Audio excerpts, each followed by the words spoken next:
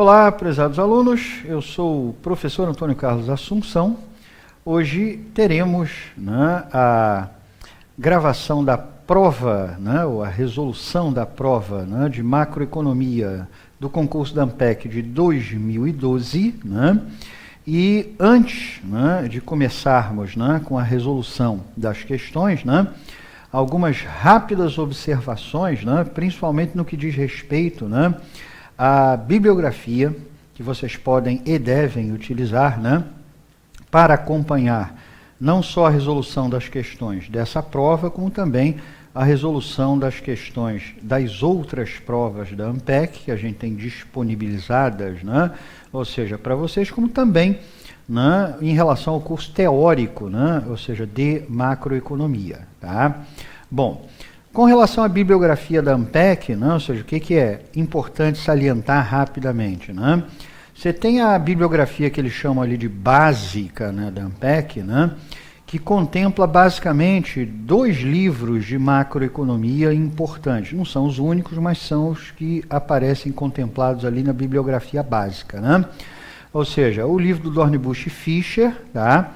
Hoje Dornbusch, Fischer e Startz, então fiquem atentos a isso, Ou seja, se forem utilizar esse livro, quer dizer, utilizem a 10ª edição, que já existe traduzida para o português, que já inclui um novo autor, que é o Startz, depois do falecimento do Dornbusch, basicamente porque ali você tem a introdução, ou seja, de um capítulo bastante importante lá no finalzinho do livro, que trata de alguns assuntos mais contemporâneos, no que diz respeito à macroeconomia, principalmente a parte de expectativas racionais, ciclos econômicos reais, que não são coisas que não existiam em edições anteriores. O livro do Dornbusch existe em português já há um bom tempo.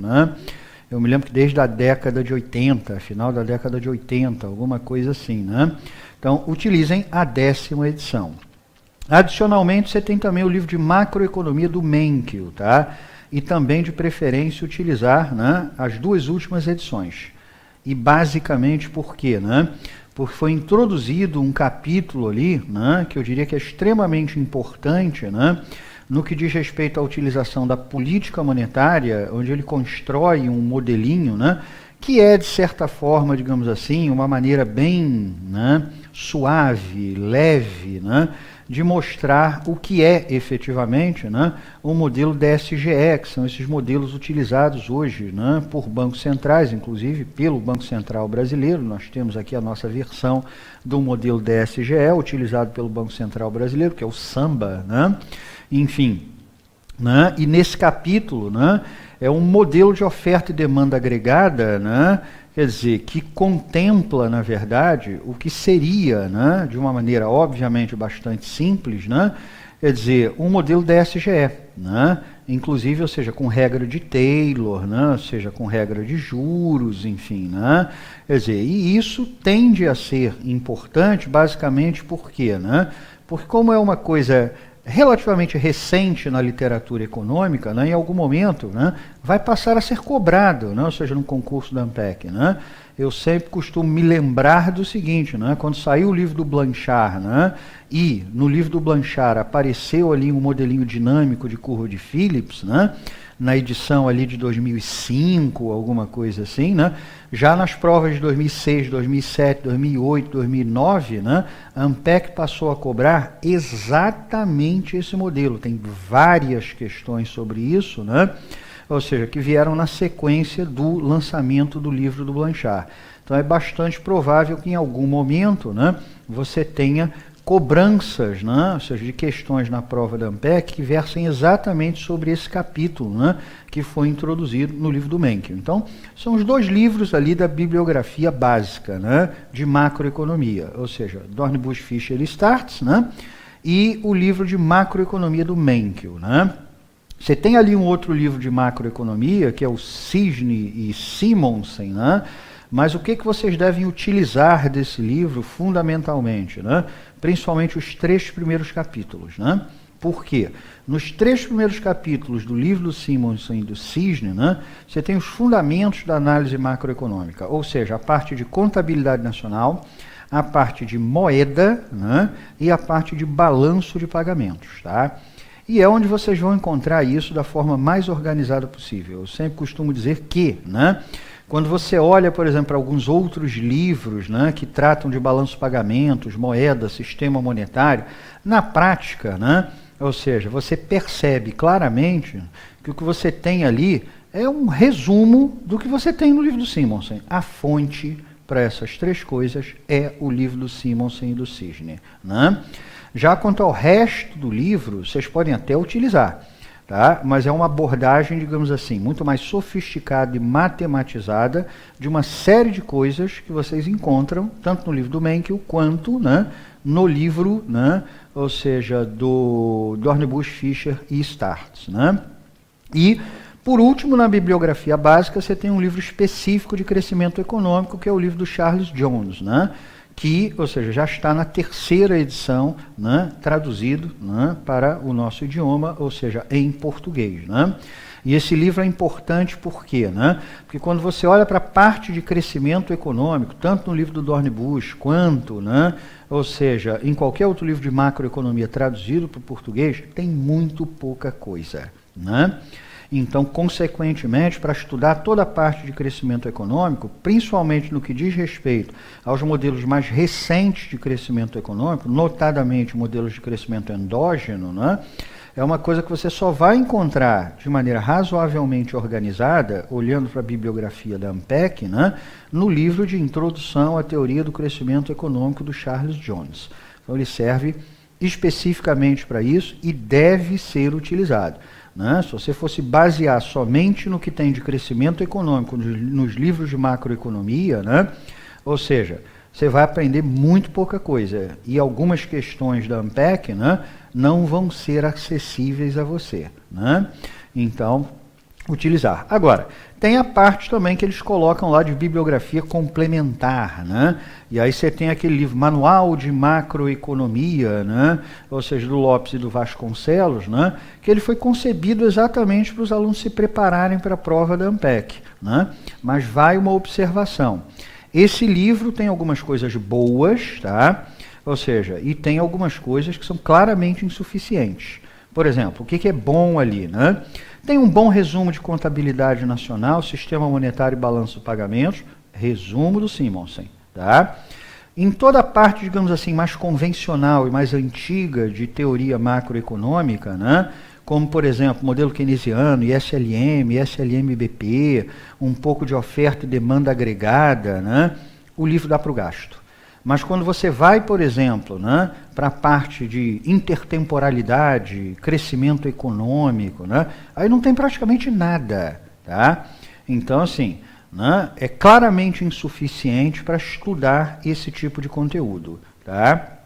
Agora, né, também uma outra bibliografia que é colocada como complementar é o livro do Blanchard, que é inclusive um livro que eu prefiro, tá, relativamente ao Dornbusch Fischer e ao livro do Menckel, tá? Eu acho que é um livro mais bem organizado. Tem basicamente as mesmas coisas, mas eu acho que é um livro que, na verdade, é melhor organizado. A sequência é melhor, eu acho que as explicações são melhores, enfim, né?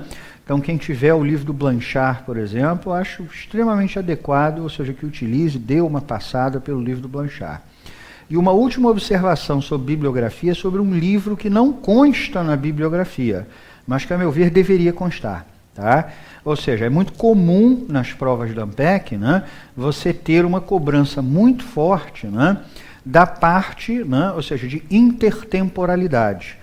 Ou seja, modelos intertemporais de consumo, como renda permanente, ciclo vital, modelo de 2 períodos do Irving Fisher, decisões intertemporais de investimento, como isso impacta sobre a conta corrente, decisões intertemporais do governo, né? Consequentemente, a ideia de equivalência ricardiana. Né?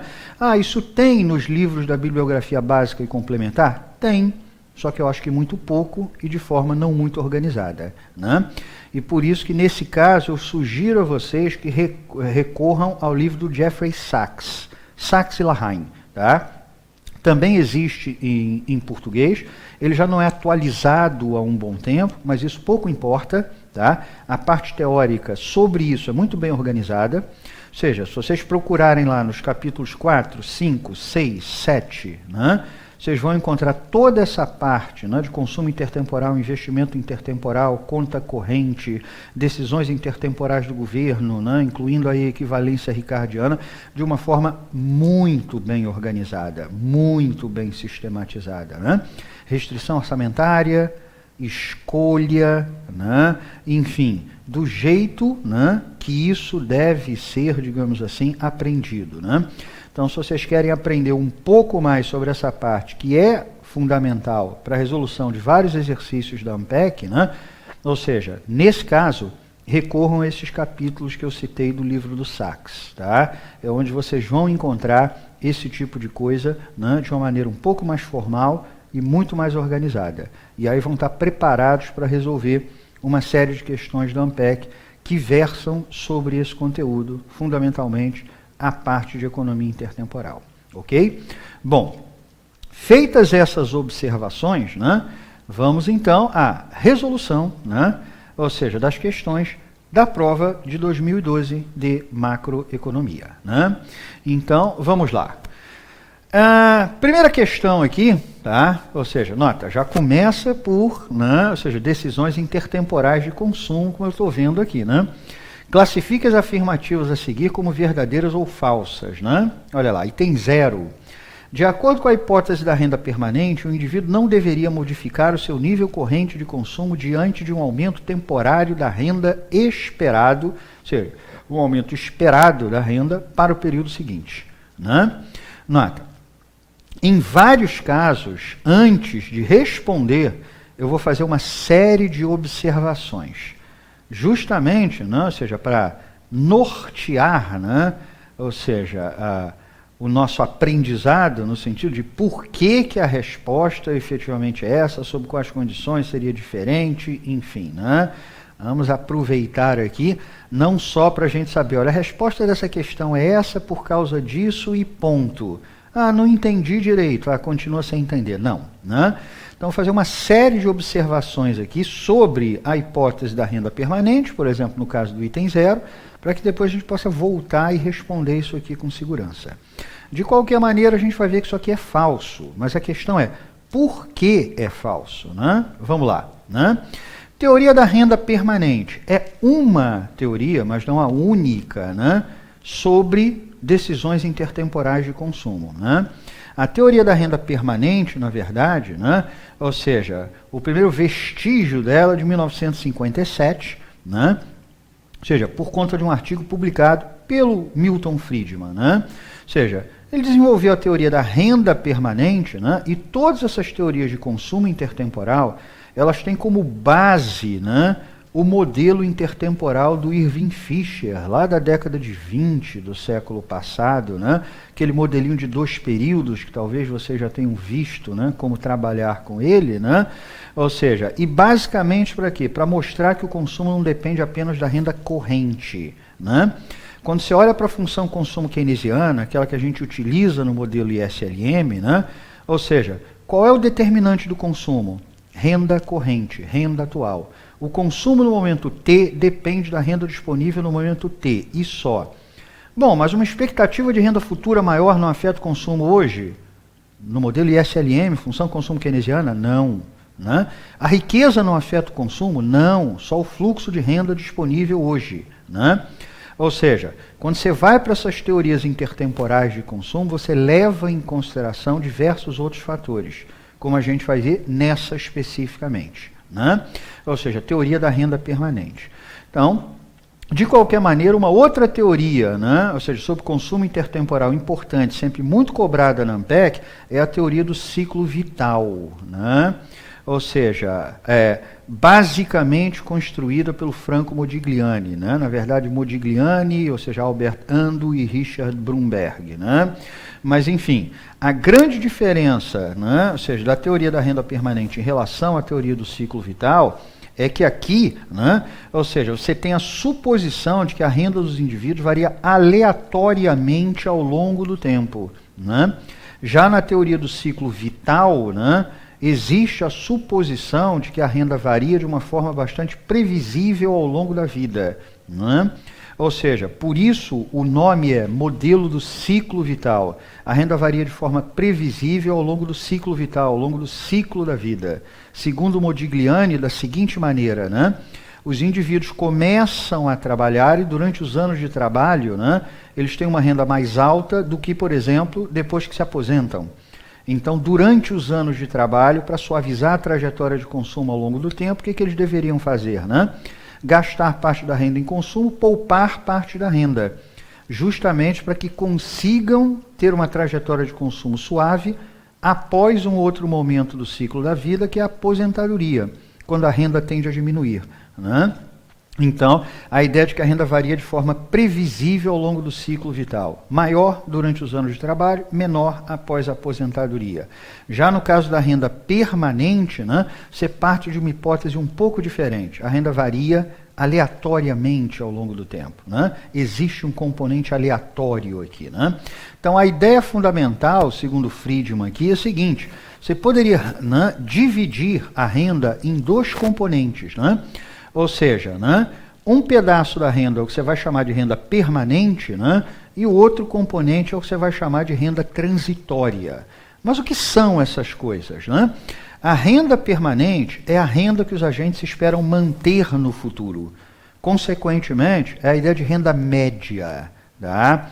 Já a renda transitória, né, é a renda que os agentes não esperam manter no futuro. Ou seja, são variações aleatórias, né, em torno dessa renda média, né? E, consequentemente, a ideia do Friedman aqui é basicamente a seguinte, né? O consumo deve depender primordialmente da renda permanente, da renda média, da renda que você espera manter, ou seja, no futuro, né? Enquanto você deve utilizar a renda transitória, em grande medida, para poupar e despoupar e, consequentemente, suavizar a trajetória de consumo ao longo do tempo, né? O que ele está dizendo com isso na prática? O que ele está dizendo é o seguinte, né? Imagine que num determinado período, né, num determinado mês, a sua renda tenha sido extraordinariamente baixa. Bom, segundo a função consumo keynesiana, você ajustaria o seu consumo imediatamente, né? Bom, mas a ideia aqui qual é? Os agentes econômicos pretendem suavizar a trajetória de consumo ao longo do tempo. Não quero ter um consumo muito oscilante ao longo do tempo.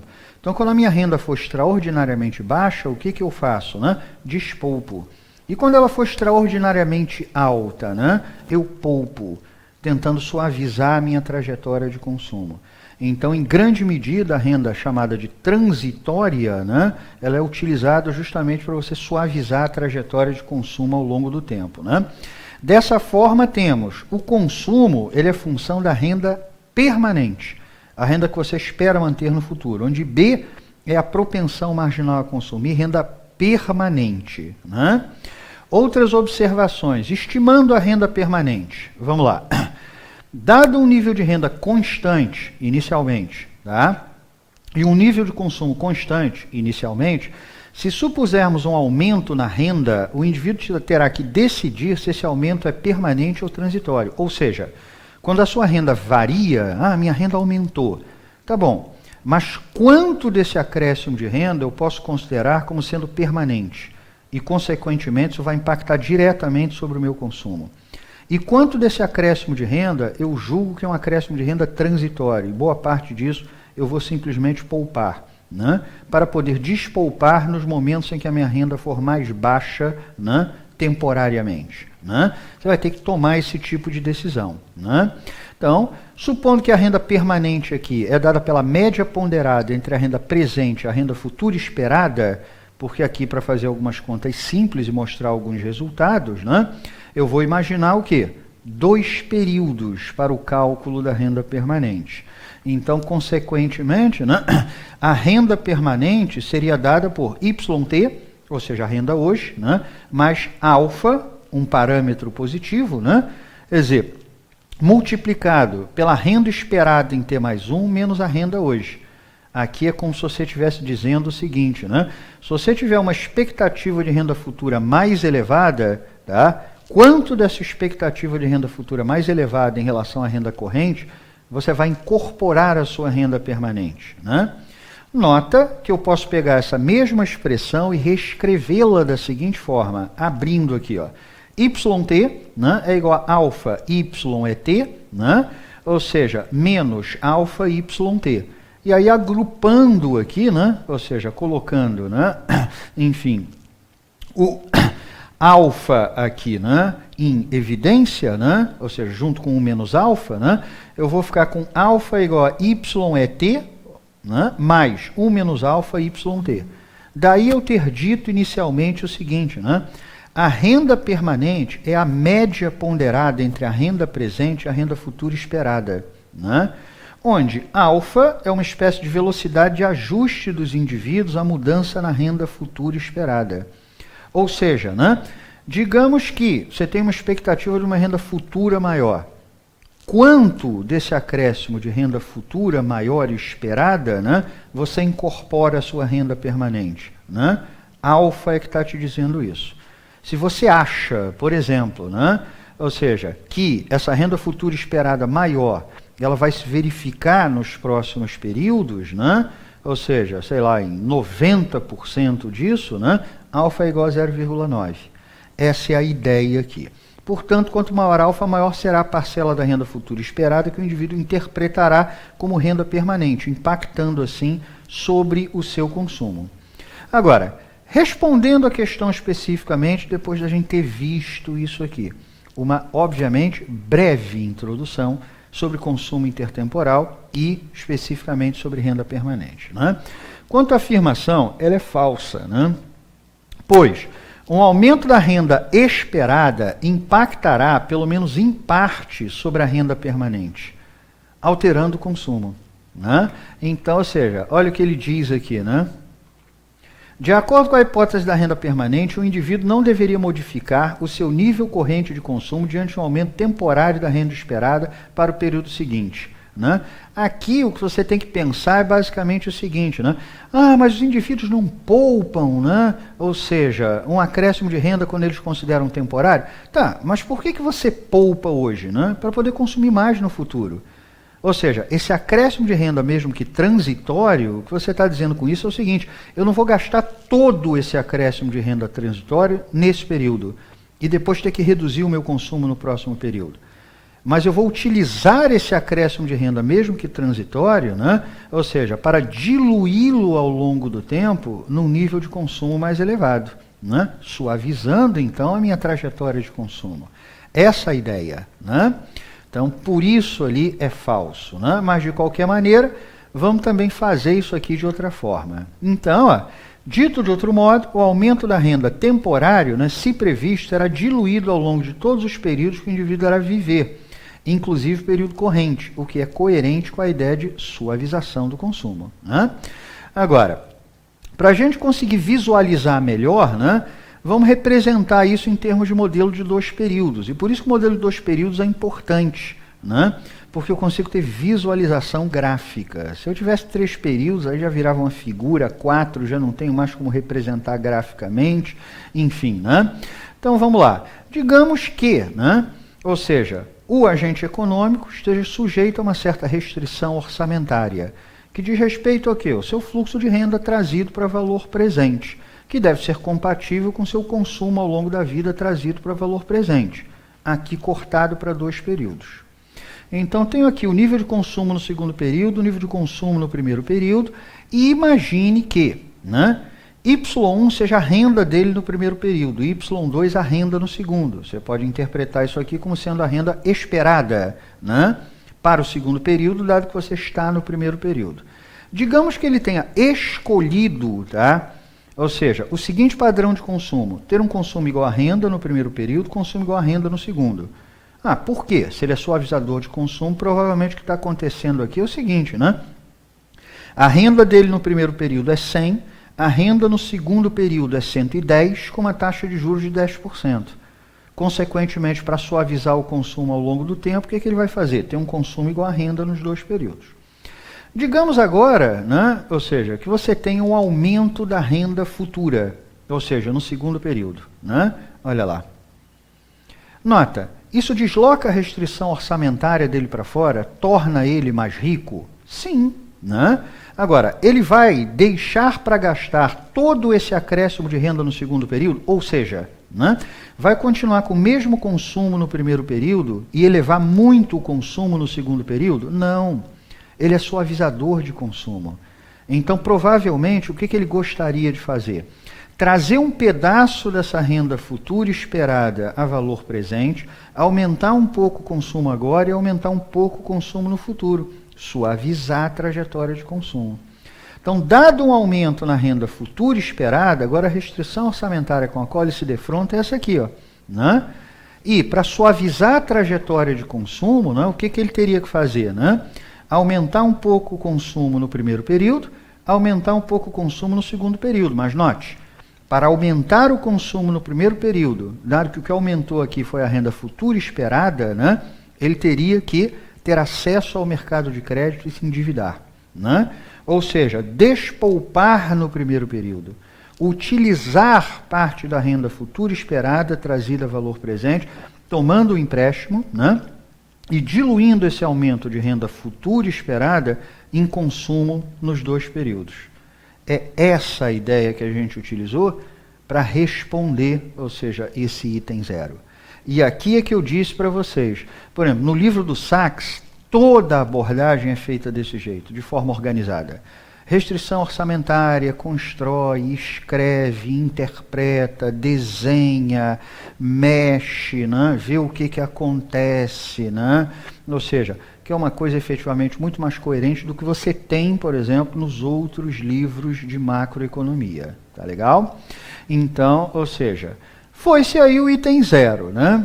Agora, quanto ao item 1, a existência de indivíduos sem acesso ao mercado de crédito é um dos motivos apontados para a violação da hipótese da equivalência ricardiana, né? Bom, primeiro a gente vai ter que ver o que é a equivalência ricardiana para depois responder isso aqui. A gente vai ver que isso aqui é verdadeiro. Ou seja, né, na existência de restrição de crédito, né, ou restrição de liquidez, né, isso, na verdade, viola a hipótese da equivalência ricardiana. É verdadeiro. Mas vamos ver por quê. Olha só. A ideia da equivalência ricardiana qual que é? Primeiro, começando de uma forma bem en passant. Pega a função consumo keynesiana, na verdade, pega o modelo ISLM, né? Quando o governo vai lá no modelo ISLM, por exemplo, e corta os impostos, o que acontece? Só aumenta a renda disponível, o consumo só depende da renda disponível, se aumenta o consumo. Então, ou seja, a política fiscal no sentido de, né, alterar os impostos sempre impacta sobre o consumo, sobre a demanda agregada, consequentemente sobre o produto, consequentemente sobre a taxa de juros, consequentemente sobre o resultado em conta corrente, se a economia for aberta, mexe em tudo, né? Ou seja, a ideia de equivalência ricardiana, né, ou seja, vocês vão ver que é um caso efetivamente que mostra a possibilidade, né, de ineficácia da política fiscal por um motivo específico, né? Então, vamos lá.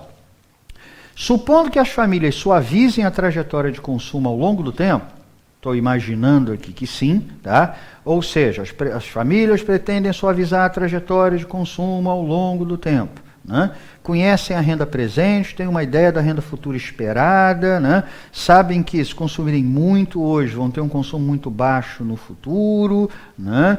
Enfim, né? Então, tudo isso está em jogo, né, na ideia de consumo intertemporal. Se baseando numa teoria desse tipo, né, ou seja, vem o Davi Ricardo e, principalmente, né, numa roupagem mais moderna, né, o artigo do Barro de 1974, por isso muitas vezes as pessoas chamam isso aqui de equivalência Ricardo-Barro, né? Ou seja, o enunciado da equivalência ricardiana é esse aqui.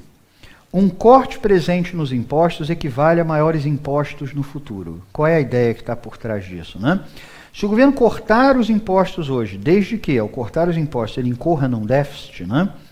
Consequentemente, né, mantidos os seus gastos constantes, ele vai ter que aumentar os impostos no futuro. Tá, e quem é que vai pagar maiores impostos no futuro? Adivinha? Você mesmo. Consequentemente, né, um corte nos impostos hoje, que gere um déficit público enorme, né, aumenta a sua riqueza intertemporalmente falando? Não. Você ficou mais rico hoje, com uma renda disponível maior, Tá, mas sua renda disponível vai cair adiante, né? Se você pretende suavizar a trajetória de consumo, seria razoável você imaginar o quê, né? Não vou gastar esse acréscimo de renda disponível hoje, porque, na verdade, minha renda disponível vai ser menor no futuro, né? Ou seja, como se diz, poupar para pagar maiores impostos no futuro, né? Então, é a ideia da equivalência ricardiana. Logo, se o enunciado acima se verifica, a poupança privada aumenta na mesma proporção da queda da poupança pública. O governo cortou os impostos, incorreu num déficit, né? Mas aí as famílias foram lá e aumentaram a sua poupança para pagar maiores impostos no futuro, de forma que a poupança total ficou constante. E nota que o corte nos impostos não aumentou o consumo, então não aumenta a demanda agregada. Consequentemente, né, isso não vai impactar sobre a demanda agregada, nem sobre a taxa de juros, nem sobre a poupança, nem sobre o investimento, nem sobre o resultado em conta corrente do balanço de pagamentos. Então, entendam inicialmente da seguinte forma, né? Equivalência ricardiana é um caso de ineficácia da política fiscal. Se vale a equivalência ricardiana, né, a única coisa que acontece quando o governo mexe nos impostos, né, é uma troca de poupança pública por poupança privada. Tá? E mais nada. Né? Agora, né, vamos ver adicionais sobre isso. Logo, a poupança privada aumenta para o pagamento de maiores impostos no futuro, suavizando assim a trajetória de consumo, mas a poupança doméstica se mantém constante, dada a redução na poupança governamental. Né? Por que imaginar, né, que as pessoas se comportariam assim? Vamos lá. Primeiro, restrição orçamentária intertemporal da família. Não vou construir ela toda, vou simplesmente para o resultado final, mas que é de fácil interpretação. Né? Ou seja, né, nota, aqui do lado esquerdo você tem o quê? Né? O fluxo de consumo de uma família trazido para valor presente. Né? E do lado direito, né, o fluxo de renda disponível, tá vendo? A renda menos a tributação, no primeiro período, no segundo período, trazido para valor presente, ou seja, o fluxo de renda trazido para valor presente. Qual é a ideia dessa restrição aqui? É simplesmente o seguinte, né? Ou seja, ao longo da vida, você precisa ter um consumo que seja compatível com o seu fluxo de rendimentos. Eu posso gastar mais do que a minha renda em um período, mas eu não posso fazer isso durante toda a minha vida. Tem uma hora que eu vou chegar no banco e vou dizer assim, eu quero mais crédito. O cara, não, né? Então, consequentemente, né, ou seja, o que a restrição orçamentária intertemporal aqui está impondo para você é o seguinte, né, o seu consumo ao longo da vida trazido para valor presente, ele tem que ser compatível com a sua riqueza, que é o seu fluxo de rendimentos trazido para valor presente. Posso consumir mais do que a renda em um período ou em outro? Posso, mas consumo maior do que a renda em um período é consumo menor do que a renda em outro período, porque eu vou me endividar, né? Agora, repara que se eu separar os impostos aqui da restrição e reescrevê-la assim, ó, eu consigo interpretar melhor a ideia da equivalência ricardiana, né? Repara, suponha que o governo corte os impostos no primeiro período em 100, incorrendo num déficit de 100, e a taxa de juros da economia é 10%. Logo, né, ele vai ficar com uma dívida de 110 para o próximo período. Consequentemente, né, para resolver esse problema, o que ele vai ter que fazer? Aumentar os impostos no futuro em 110, que trazido para valor presente dá 100. Opa, aumentou a sua riqueza? Não. Você teve um acréscimo de renda disponível de 100 hoje com corte nos impostos, vai ter que pagar 110 a mais de impostos no futuro, quando a taxa de juros é 10%. Nota, a evolução dos impostos no tempo, né, ou seja, não aumenta a riqueza das famílias. Essa é a ideia da equivalência ricardiana, né? Então, a restrição orçamentária intertemporal não é alterada se o valor presente dos impostos não for alterado, né? Então, a evolução dos impostos no tempo não afeta o consumo, se os gastos do governo forem mantidos constantes, né? Então, ou seja, a ideia fundamental aqui da equivalência ricardiana. Dá para ver graficamente? Dá, olha só. Digamos que você tenha essa restrição orçamentária, onde a renda das famílias no primeiro período é Q1 e no segundo período é Q2. Mas as famílias escolheram, tá? Ou seja, tem um nível de consumo C1 no primeiro período, consequentemente, repara, poupança, renda maior do que o consumo. Então, isso aqui é a poupança privada antes do corte nos impostos. Logo, se poupam no primeiro período, por exemplo, poupança de 100, com uma taxa de juros de 10%, consigo, na verdade, ter 110 a mais para consumir no futuro. Ou seja, ter um consumo maior do que a minha renda em 110. Né? Então, ou seja, o indivíduo é poupador aqui no início para que possa ter um consumo maior no futuro. Essa é a estratégia de suavização de consumo dele ao longo da vida. Né? Só que agora, digamos que o governo corte os impostos incorrendo num déficit. Ou seja, a sua renda agora, no primeiro período, não vai ser Q1, vai ser Q1 mais ΔT. Só que digamos que vale a equivalência ricardiana. Agora o que você está dizendo é o seguinte, né? Se os indivíduos sabem que esse corte nos impostos hoje equivale a maiores impostos no futuro, o governo cortou os impostos, agora a minha renda, na verdade, é Q1 mais ΔT, ou seja, Q1 1.000 mais 100, 110, né? Ou desculpe, 1.100, né? Ou seja, consequentemente, né, o governo vai ter que aumentar os impostos no futuro, né? Isso não vai aumentar a minha riqueza, vou continuar com a mesma restrição orçamentária. Porque se o governo cortar os impostos aqui em ΔT, aumentando a minha renda disponível em ΔT, ele vai cobrar mais impostos no futuro, que vai fazer com que a minha renda no futuro seja Q2 menos 1 mais R ΔT. Ou seja, cortou os impostos hoje em 100, se a taxa de juros for 10%, ele vai ter que aumentar os impostos no futuro em 110. Ou seja, aumentou a minha riqueza? Não. Né? Eu tenho mais renda hoje, menos renda no futuro, de forma equivalente. Daí o nome equivalência ricardiana. Né? Você pode pensar nessas contas aqui. Né? Ou seja, foram essas que eu citei. O governo corta os impostos hoje, com uma taxa de juros de 10%, mas vai aumentar os impostos no futuro, né? 100 vezes 1 mais R, 110. Trazido para valor presente, o que isso significa? A riqueza da família ficou constante. Então, corte nos impostos hoje, né, dado que os agentes pretendem suavizar a trajetória de consumo, deve fazer com que eles poupem esse acréscimo de renda, né, ou seja, para que não tenha um consumo alto hoje e baixo no futuro. É a ideia aqui da equivalência ricardiana.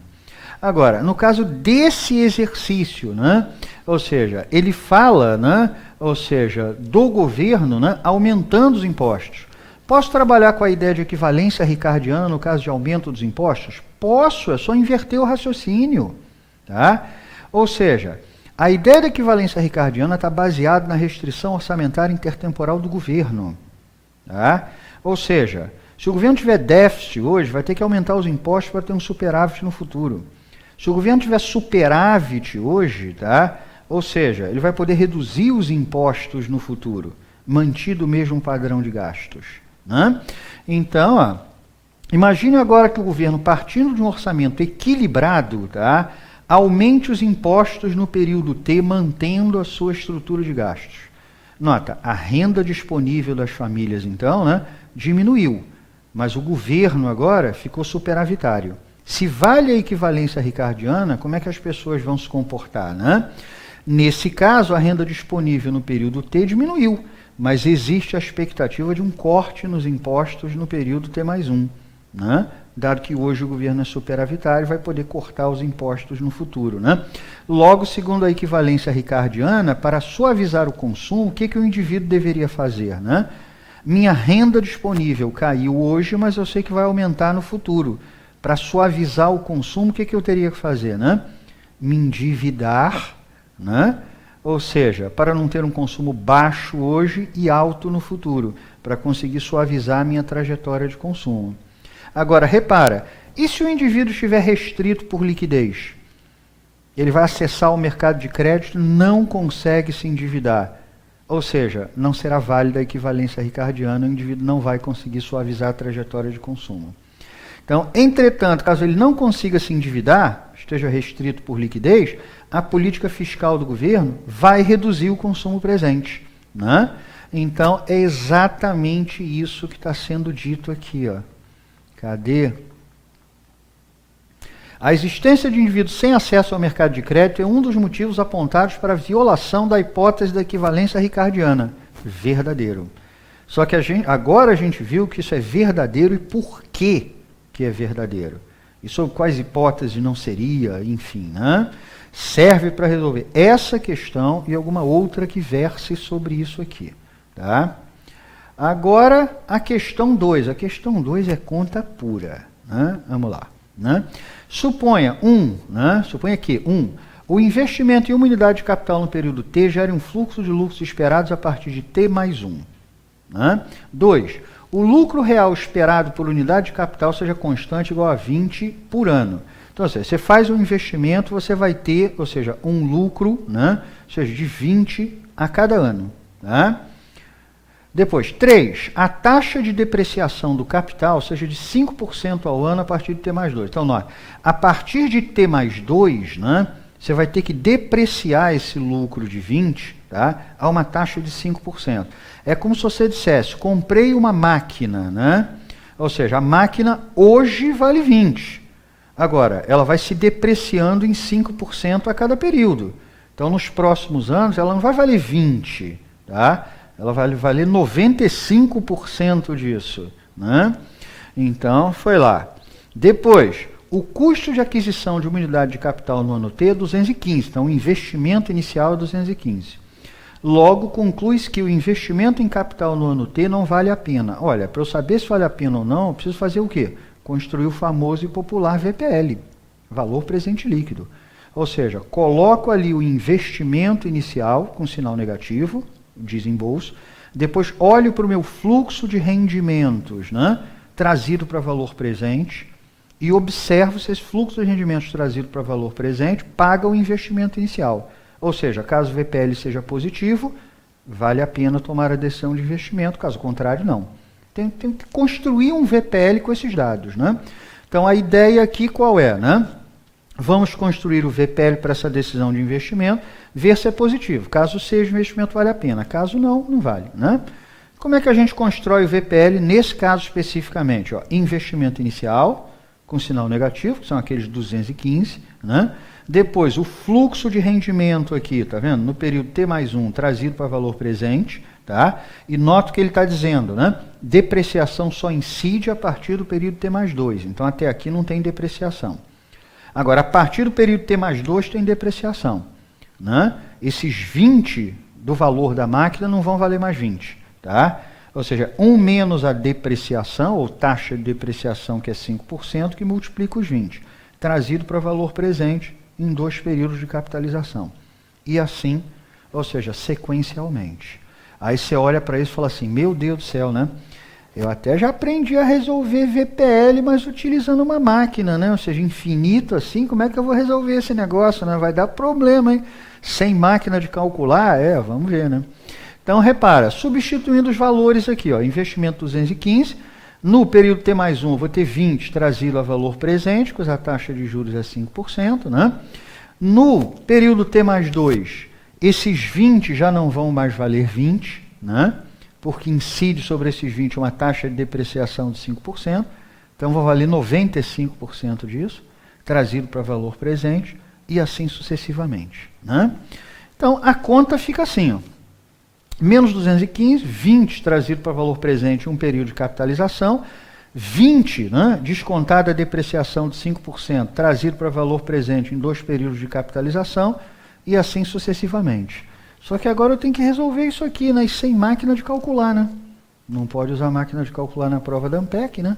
Ou seja, mas nota, isso aqui é uma PG, essa é a boa notícia, né? Ou não. Vamos ver, né? Então, a partir do segundo termo positivo, então repara, primeiro termo positivo é esse.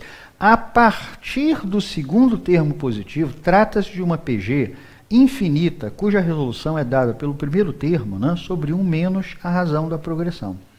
Ou seja, PG infinita de razão inferior à unidade, né, cuja resolução é primeiro termo, né, sobre 1 menos a razão da progressão.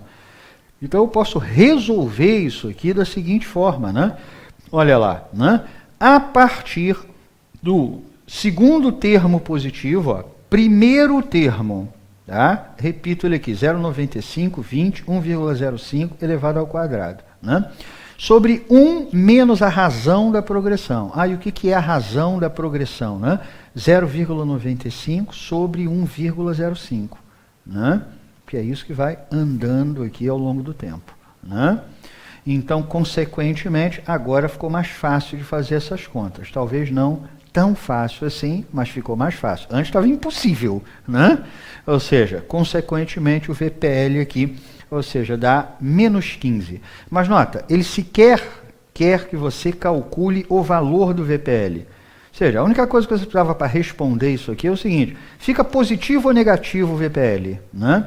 Então, se você fizer uma conta aproximada aqui e ver que o VPL fica positivo, vale a pena investir, caso contrário, não. Como o VPL aqui dá menos 15, consequentemente, não vale a pena investir. Ou seja, o custo inicial do investimento não é pago pelo fluxo de rendimento gerado por esse investimento, né? Então, seria um péssimo negócio comprar essa máquina. Então, por isso, né? Ou seja, não vale a pena, verdadeiro, não vale a pena, nesse caso. O item 3. De acordo com o modelo de acelerador de estoques, o investimento em estoques aumenta nas épocas de recessão econômica, né? De novo, todas as questões relativas, por exemplo, à teoria do investimento, com enfoque um pouco mais intertemporal, como eu disse para vocês, livro do Sachs, tem um capítulo lá sobre o investimento, por exemplo, que trata de uma série de questões relacionadas a investimento, não só em capital fixo, mas também investimento em estoque, né? Mas aqui a questão é simples. Repara, de acordo com o modelo do acelerador de estoques, basta você saber o que é aquilo, né? Ou seja, o investimento em estoques aumenta nas épocas de recessão econômica, né? A gente vai ver que isso aqui é falso. Mas olha as observações. O investimento em estoques flutua substancialmente durante os ciclos econômicos. Ou seja, o que eu estou dizendo? Evidência empírica. É extremamente volátil. Variação de estoques, ou seja, durante o ciclo econômico, expansões e recessões, é extremamente volátil, né? Resultado de uma combinação da variação dos estoques antecipados ou desejados e não antecipados. Ué, tem investimento em estoque antecipado ou desejado e não antecipado? Tem. Qual é a diferença entre as duas coisas? Notando que aqui ele vai estar falando de investimento em estoque desejado, antecipado, né? Investimento não antecipado em estoque é quando você tem, por exemplo, um acúmulo de estoques por conta de uma demanda inesperadamente baixa. É indesejado. Imagina, né? Ou seja, você se programou para vender tanto, está lá produzindo com certo nível de estoque, etc. De repente a demanda desabou. Ou seja, né, seu volume de estoques aumentou de maneira indesejada por conta de uma recessão. Agora, o que é o investimento antecipado ou desejado em estoques, né? Ou seja, uma decisão programada, né, em resposta a uma recente demanda agregada alta e inesperada, né? Ou seja, né, conforme a demanda vai aumentando, né, você tende a acumular mais estoques para conseguir atender a demanda, né? Ou seja, e é isso que ele está querendo saber aqui. E nota, com isso a gente já consegue responder, né? Modelo do acelerador de estoques, o investimento em estoques aumenta nas épocas de recessão? Não, o contrário, né? Investimento desejado em estoque, ele é maior nos momentos de expansão e menor nos momentos de contração. A ideia, então, aqui é a seguinte: no modelo do acelerador de estoques, né, o que ele diz é o seguinte: diz respeito ao investimento antecipado ou desejado em estoques, onde tal investimento é diretamente proporcional à variação do produto. Ou seja, quanto maior o produto, maior o volume de vendas, né, as firmas vão desejar ter mais estoques, né? Não faz sentido você vender 100 unidades por mês e ter 10 de estoque. E quando você passa a vender, por exemplo, sei lá, 500 unidades por mês, você continua com 10 de estoque, né? Você vai ter que ajustar os estoques para mais, né? Vai ajustar nessa medida alfa, né? Então, consequentemente, né, a ideia do acelerador de estoques que tem a ver com o investimento desejado em estoque. Na 4, última dessa questão 1, né?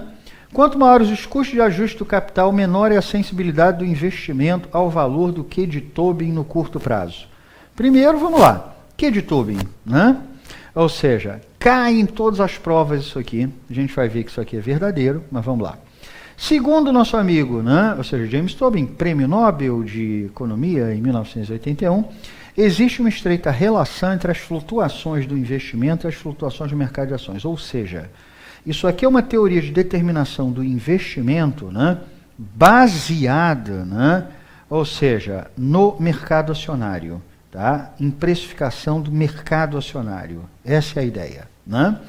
Então, repara, por que pensar dessa forma? A explicação dele é a seguinte: ações representam participações na propriedade das empresas e, com isso, né, quando o valor de mercado de uma empresa aumenta, né, no mercado acionário, ampliam-se as oportunidades de investimentos lucrativos. Vamos melhorar. O que ele quer dizer com isso, né? Logo, os preços das ações refletem incentivos a investir e as decisões de investimento são baseadas na razão Q. E o que é essa razão Q? Q de Tobin é isso aqui, ó. Valor de mercado do capital instalado relativamente ao custo de reposição do capital instalado. Mas como é que funciona esse negócio? Bom, valor de mercado do capital instalado, né, é o preço da companhia lá no mercado acionário, quanto é que ela vale.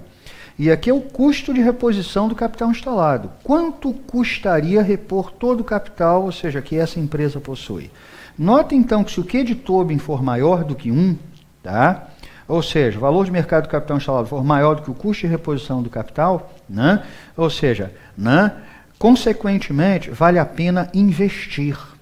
Né? Aí você vai dizer, irmãos, por que vale a pena investir nesse caso? Porque agora o que você está dizendo é o seguinte, né? Ou seja, você investe, por exemplo, 100, né? Ou seja, comprando capital de determinada companhia, né? E isso é valorizado, ou seja, a preço de mercado, isso vale 120. Tu está transformando 100 em 120 se o Q de Tobin for 1,2. Né? Ou seja, essa é a ideia. Tá? Então, consequentemente, o Q de Tobin. Agora vamos responder aqui. Ó.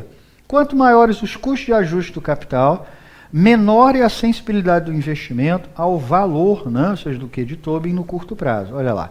Note, então, que qualquer dificuldade, custos ambientais, jurídicos, qualquer coisa nesse sentido, em ajustar o estoque de capital, isso fará com que a reação do investidor diante da valorização do capital instalado no mercado seja mais lenta, tornando menor a sensibilidade do investimento ao valor do Q de Tobin.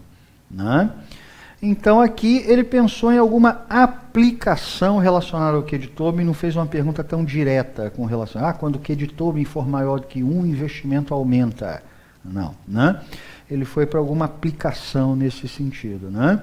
Mas, nos últimos anos, vocês vão encontrar várias questões sobre o Q de Tobin. Né? Ou seja, e essa é apenas uma delas. Né? Na prova de 2013, por exemplo, que, enfim, eu resolvi, disponibilizei para vocês, acho que tem umas 2 ou 3 perguntas lá do Q de Tobin. Né? Então, essa é a primeira de várias que teremos que resolver. Então, meus caros, na próxima, né, resolveremos as questões 2 e 3. Então, até lá.